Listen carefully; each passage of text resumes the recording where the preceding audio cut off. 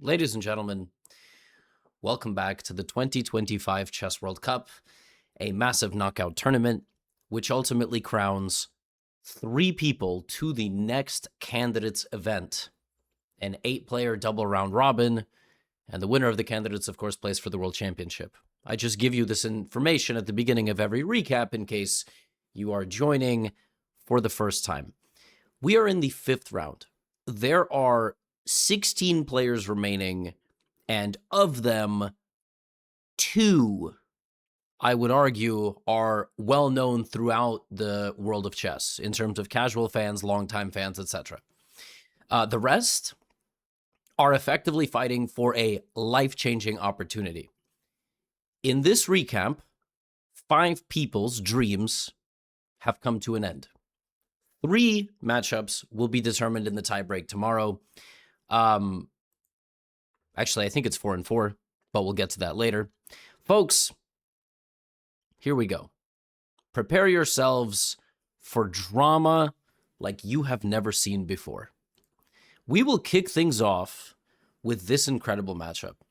This is Liam Le, Vietnamese number 1, versus Alexander Donchenko, the number 3-4 around there player in Germany. Donchenko in this tournament has defeated Anish Giri, who's a candidate already winning the Grand Swiss. Then he beat his countryman, Bluebaum, who got 2nd place at the Grand Swiss. Donchenko is a man on a mission, and he played like it in this game for a spot in the quarterfinal. And then I have 4 other games I would like to show you. Then I will give you an update on the standings. I have a little chocolate protein smoothie here, so you already know it's going to be a great recap. Liam opened with d4. Donchenko went knight f6, g6. Combative, not playing a traditional pawn to e6, which is very common nowadays. Liam went g3. So playing against the King's Indian or the Grunfeld setup by putting his bishop on the g2 square. And immediately Donchenko changed plans a little bit and actually mirrored what Liam was doing in the center of the board. And after a few more moves, we got one of the most annoying positions in chess, which is the completely symmetrical Grunfeld defense. It's when white just wants to annoy you. White is going to put the knight in the center first, establish positioning before you can get your knight out, and maybe when you do move your knight out, white is going to have the opportunity to trade the pieces first, you see, and you'll notice here that Donchenko delays the move knight c6 for a while. Now he plays the move knight c6, but he is spending a ridiculous amount of time. The move knight to e5 made him think quite a bit, but the truth is that here black can play these moves in almost any order, although there is a little bit of venom associated with each move. Donchenko finally kind of gets his rhythm, gets his feet, jumps his knight in, and as you can tell, it's likely that everything will get traded off, and this will simply be a draw. Like, that's just, unfortunately, the reality. So we have knight takes, bishop takes, pawn takes, knight takes, rook takes, and this is the position we have to work with after just 16 moves. Everything has fallen off the board. You can argue that this is weak and this is weak, but this is weak. And also, when the queen comes here and the rook gets active, these pawns are not particularly happy as well. So it looks like for a long time that we are simply heading for equality, right? But Donchenko keeps playing a little bit. Okay, he trades the bishops. Queen c1, setting up some attack. Everything is pretty stable. We lose the d pawn for the c pawn.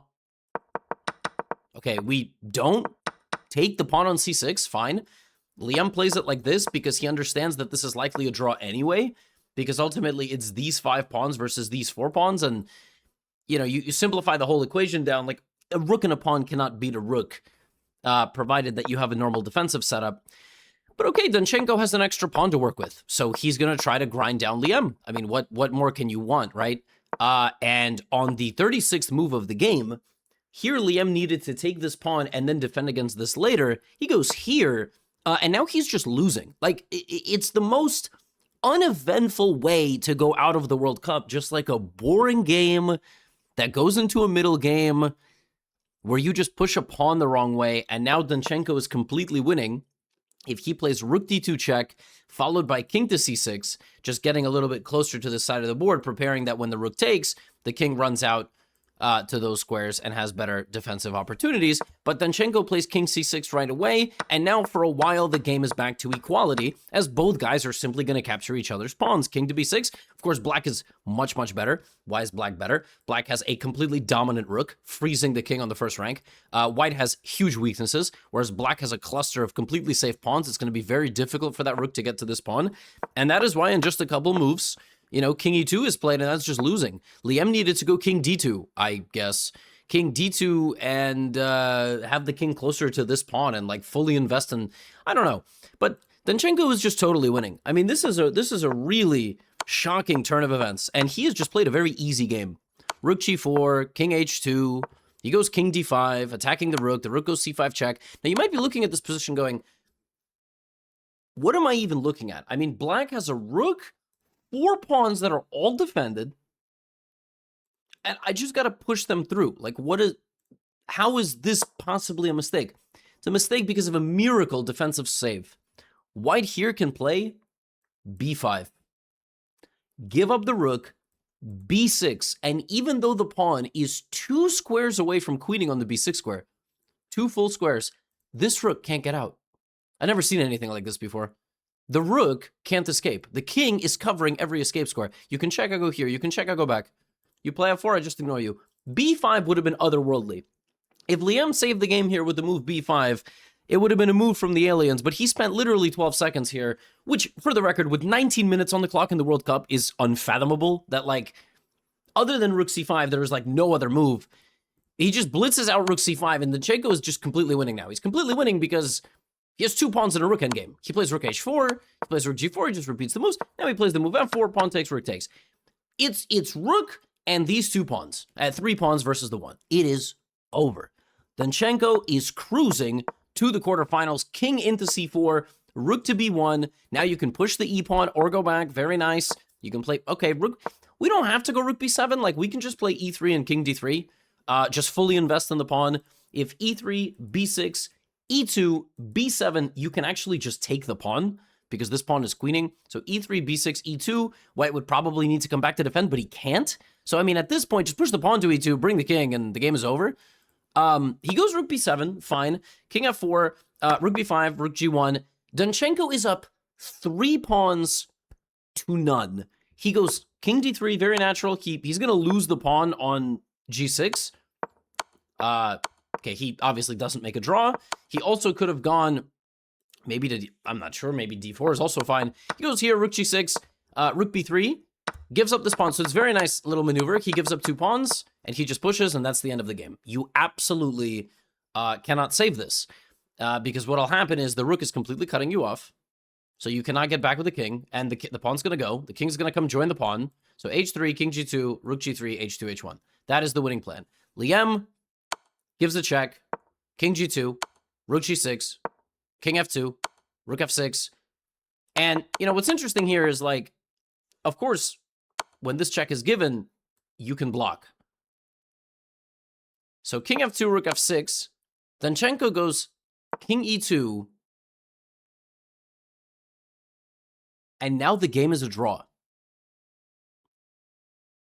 The game is a draw because of rook to a6. White's defenses include attacking the pawn from the other side and defending from this side. But white can't do both at the same time, and obviously using the king. When the rook goes to a6, it is now fast enough to both defenses.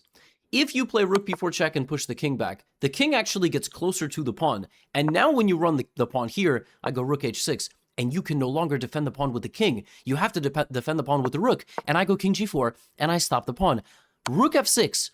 Danchenko had to go king g2, rook g6, rook g3. And in this position, when Liam would play the move rook to a6 to try to defend from this side, if you push, the game is actually a draw because of the side checks. What you had to do is play rook f3.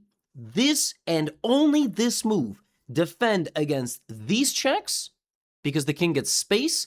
Defend against these checks because the king gets space. And with the king having both squares available and the pawn coming through, Danchenko would have made it to the round of 8 in the World Cup. Had he found this, he did not have that much time to find this and only this construction. And because of that, he goes the wrong way. A slip up on the 70th move. And this man just drew a game up 3 pawns, although for a moment in a rook endgame. Folks, I do not know how he will sleep at night. I truly do not know. I do not know. I wouldn't be able to sleep at night if I had not won this position in the World Cup to make it to the round of 8. Now he has to play tie breaks. This is unfathomable. I mean, even in this position to just go e3. Just go e3. And, you know, white doesn't have any counterplay. Zero. b6, e2, you try to come back to g2. You know, white can play literally anything. King d3. And king c2. And king d2. And, I mean, you can even play g5. Like, white does not have a move anymore. Because what'll happen is rook c1, king d3, rook b1. I can't push the pawn because you're taking it at all times. h4, king h3. I think even rook f1 is winning. Everything is winning. Danchenko could have just pushed his e-pawn and made it into the next round. And instead, it's a draw. I mean, if he can win the tie breaks, he would have the most iron nervous system ever. Ever, really. And Liam is going to sleep like a freaking baby, okay? He is going to sleep 10 hours tonight.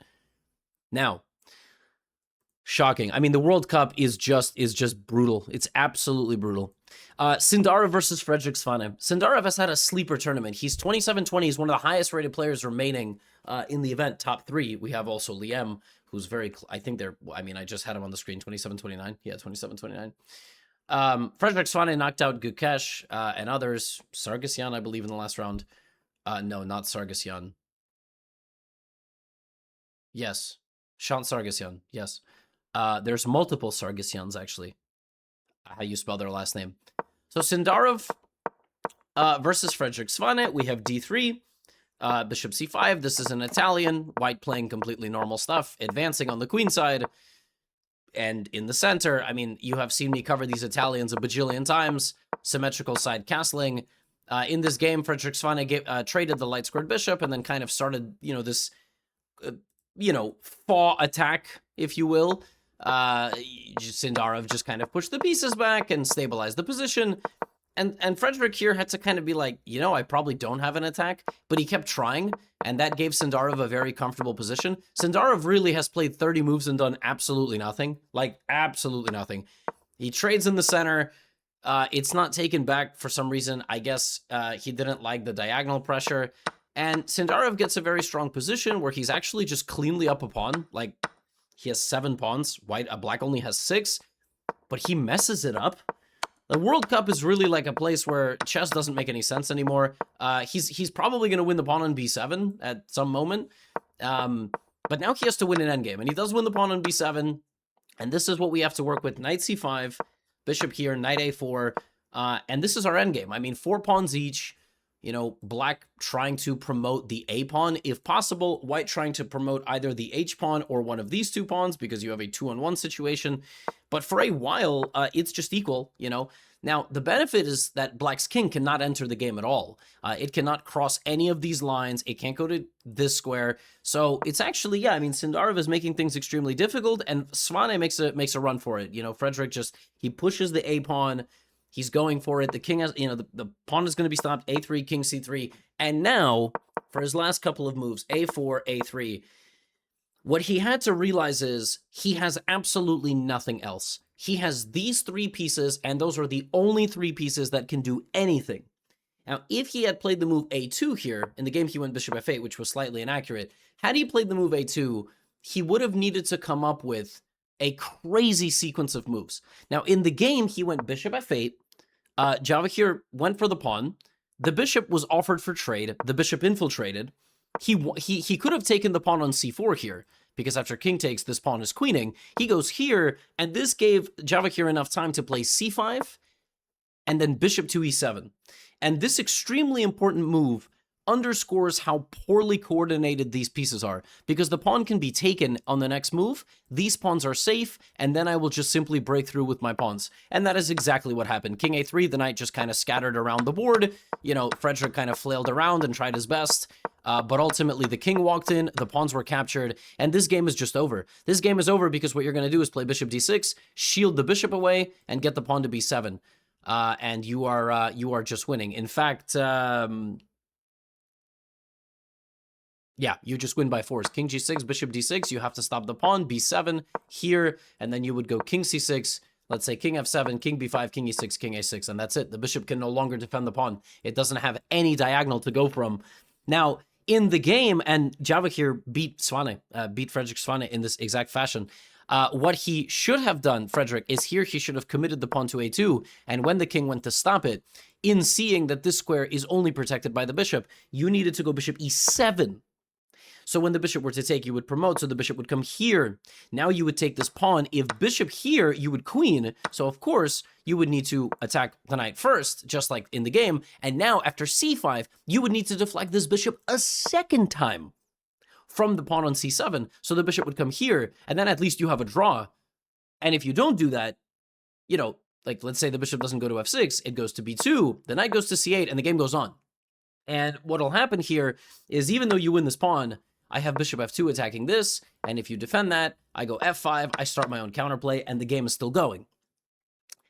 Frederick played a little too passively and ultimately tied his pieces into uncomfortable positions. And a very important last detail, and Sindarov is into the round of 8. And Frederick Swane is eliminated. It's very tough. I mean, he had a great tournament. It sucks that you can beat the world champion and you're still eliminated like in the next, you know, round or two. It's just absolutely brutal. Everybody's very strong.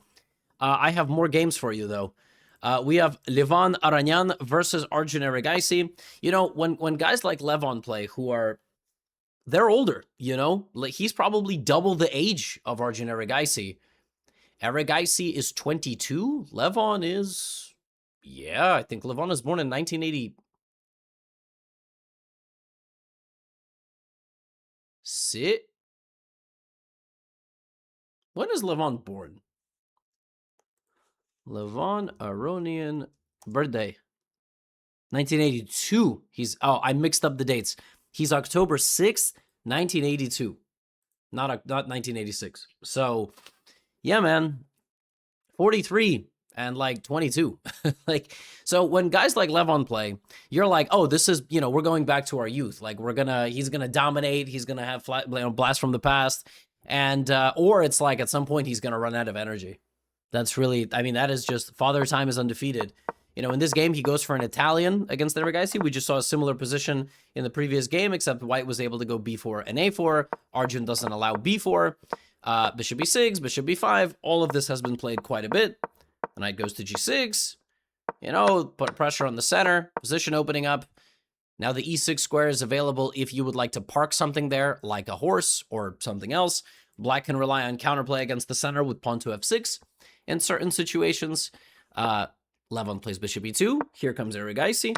Pawn takes, knight takes. But Arjun's position is better. Even though he has given Levon the bishop pair, these are not powerful bishops. Queen d7 stabilizing everything. h6. Also, both guys playing quite quickly. Like, Levon, you know, Arjun, 22 moves into the game, has spent half an hour. I mean, he is not stressing about the time. He is trying to play, you know, confidently, and he's trying to pressure Levon, make him play a little bit faster, and it's working. Like, so far, the position is clearly, I would say, you know, easier to play for Black. The momentum kind of feels like it's for Black, even though the computer's saying White is better. Knight f1, knight f5, and then something completely inexplicable happens. Levon plays queen to f1, and queen to f1 just straight up is a huge blunder. Why? Because it stops guarding the bishop with the queen, and now bishop takes h2 just wins for Black. Just wins for Black because you take, I take this, and I just win. And this is what I meant by Father Time is undefeated. Like, you play a quick move, and it's just a blunder. Now, Father Time is also apparently undefeated in the case of Erigaisi, who just also makes a mistake. And I think what happened from just playing this move, and like Levon, you know, quite quickly responded with bishop g1, is I think Levon was slightly rattled.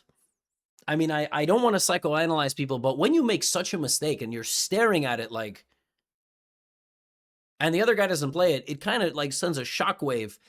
And the position is still only slightly better for black. But Levon makes a trade and then goes a3, which is kind of a lackadaisical move. You needed to go queen d3. You needed to get the queen off the back rank. You needed to, you know, activate a little bit. But Erigaisi played h5, and then Levon went queen f2, another kind of like just trying to, you know, play any move that you can. Rook e1 is just another blunder. It's just another tactical mistake on this side of the board. And, you know, queen f1 was a double question mark, which blundered bishop h2. But rook e1 blunders knight h3, just immediately winning the game. Because if you take it, I take the rook, and this is just checkmate. This is not even winning any material. This is a pure mate. So 2 blunders in the span of 5 moves, queen f1, which was significant, but rook e1, which is fatal. I mean, like, and yeah, and Arjun, you know, maybe Arjun didn't even realize he didn't see bishop h2. I'm not really sure, but kind of unfortunate, because it was a really great run for Levon. And as I said, when guys like that play, born in 1982, you know, you're looking at it versus the young players, and you're like, I want to see Levon, you know? Imagine Levon makes the candidates. That would be incredible, but it was not meant to be. Arjun Erigaisi in excellent form. He beat Petrov in classical chess. He beat Vokhidov in classical chess. He just beat Leko. He beats Aronian. So he's beating the current generation, and he's beating the previous generation.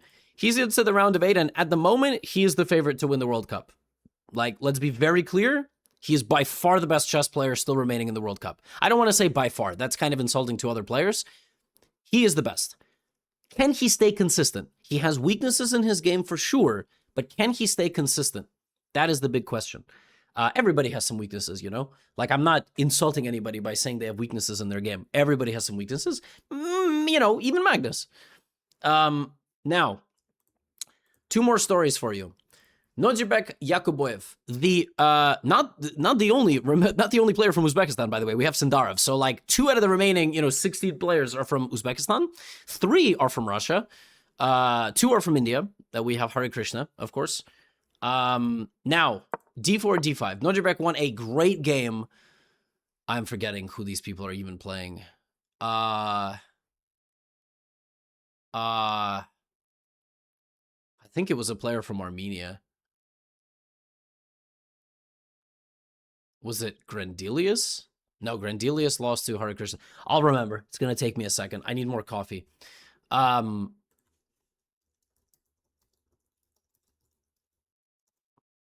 Let's see.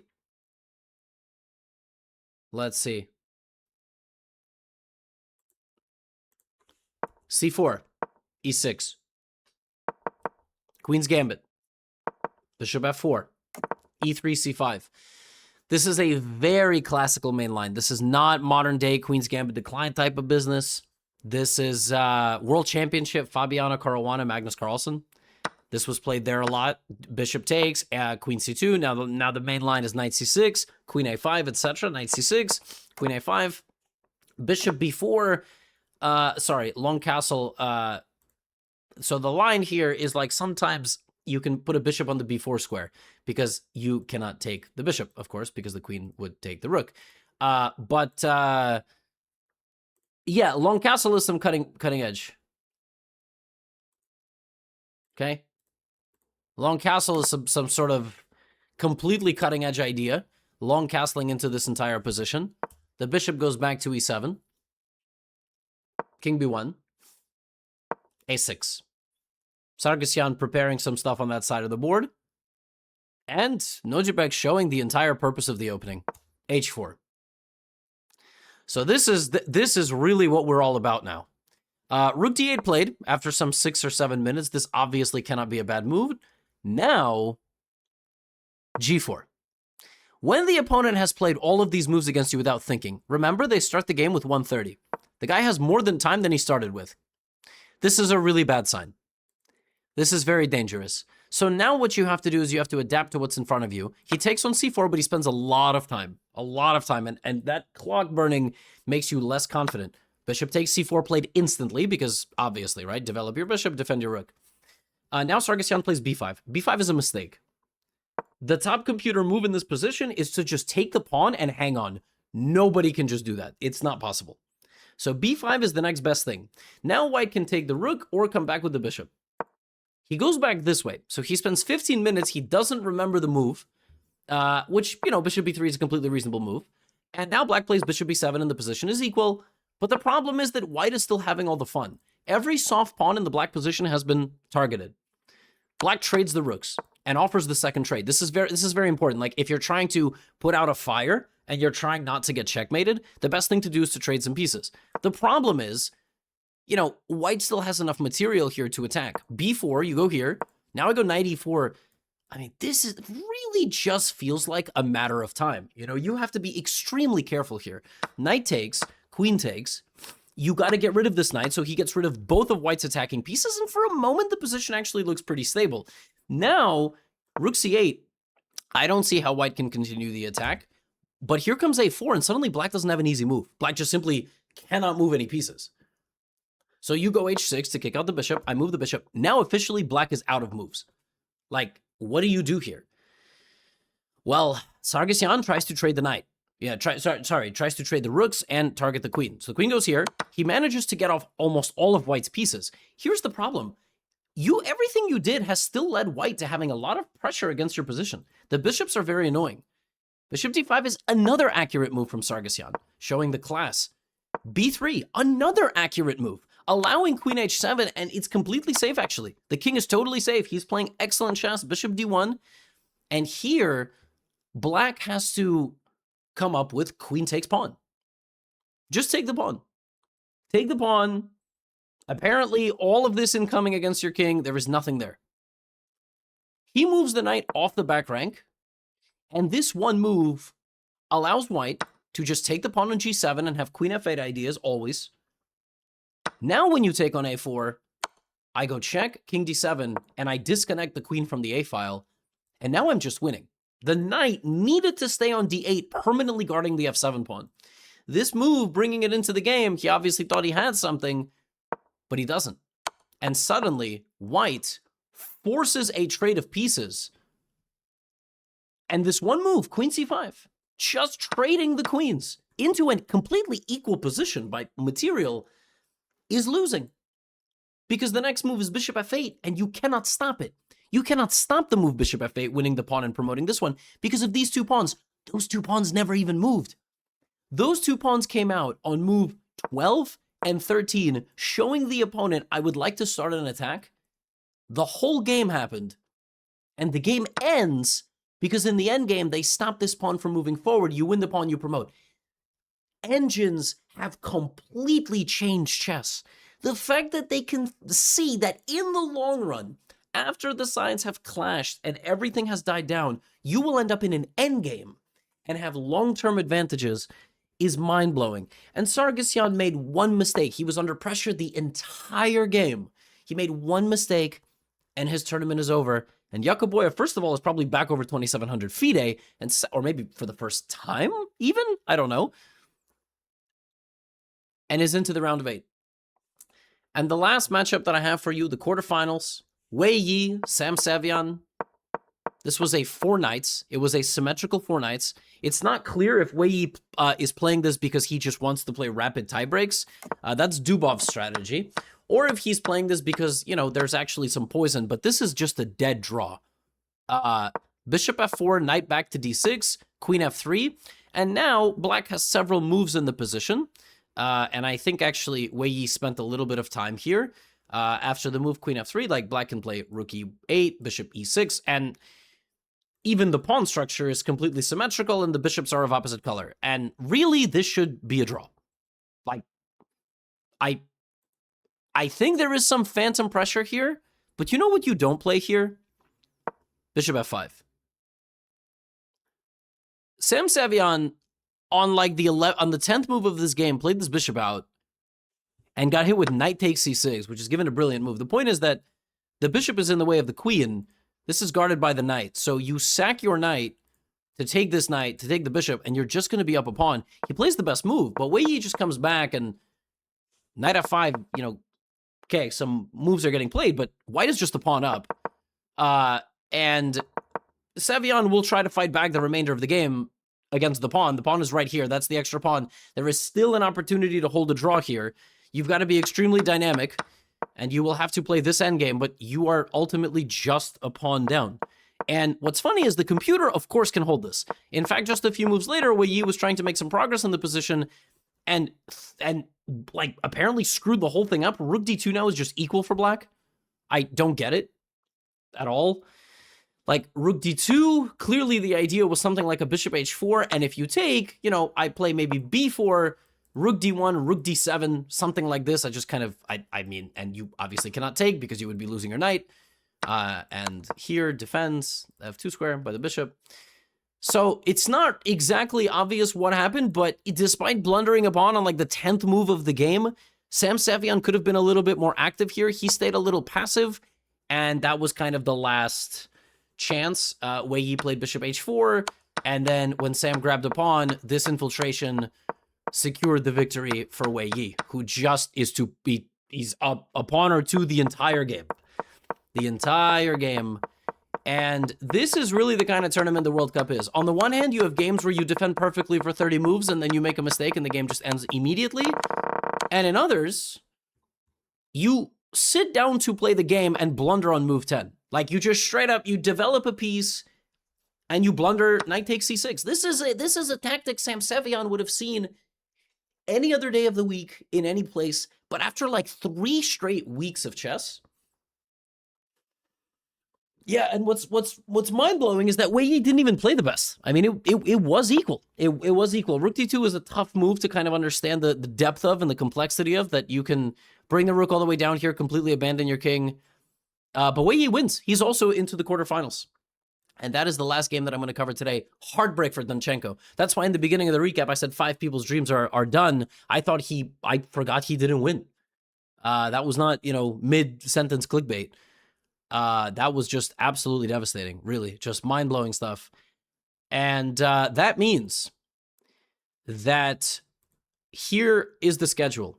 Sindarov awaits the winner of Hare Krishna and Jose Martinez, aka Jospin. So that is going to be the next matchup over there. They drew both games. They were relatively uneventful. I mean, in a playoff, Jose might be a very, very slight favorite, especially in Blitz, but it's not online. Hare Krishna is an extremely experienced player, so that's a very close matchup.